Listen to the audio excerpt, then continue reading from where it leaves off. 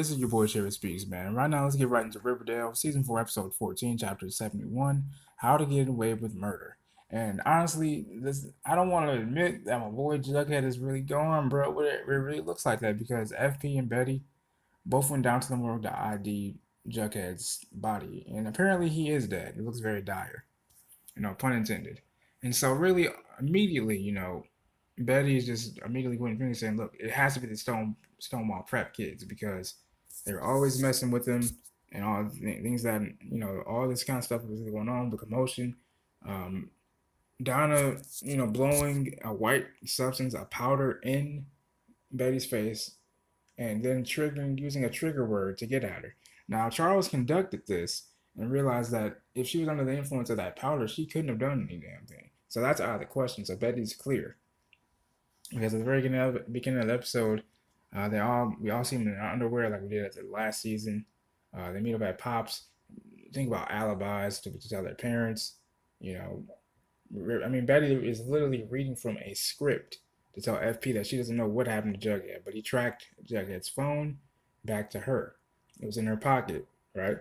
I mean, Alice is there and FP is there. They're asking her all kinds of questions. She makes up an excuse. She goes upstairs. She's nauseous. So that's why the next day they meet up. That's why the remaining Betty, um, Archie, and Veronica, they all meet up, the next day to just think about their alibis. And, and even so much so that even Charles says, you know what, go ahead and plant a bug and Stonewall Prep between Donna and Brett. But they find the bug, and that's basically leaves them at square one. So obviously the Stonewall Prep kids are nervous as hell. They're scared. They're running. They're hiding. And even Betty even goes in prison to meet with Evelyn. And Evelyn's just teasing her. She said, I couldn't believe it. I can't believe that you actually did it. This, that, and the third. And it's just crazy. Then also Archie has to go home. He gets comforted by Mary, whom he sees the Naval Academy advisor Brooke. But Mary, she apologizes because she thought that she might have did a little bit. She would have probably jumped the gun on doing that for Archie. But she also learns that Mary and Brooke are actually gotten much closer because ever since Fred died, that's her girlfriend is what is being revealed. But Archie tells Mary something else. That's the other little tidbit in there. I didn't really necessarily hear that part because I was away from my TV and stuff, so I didn't really necessarily hear what Archie said.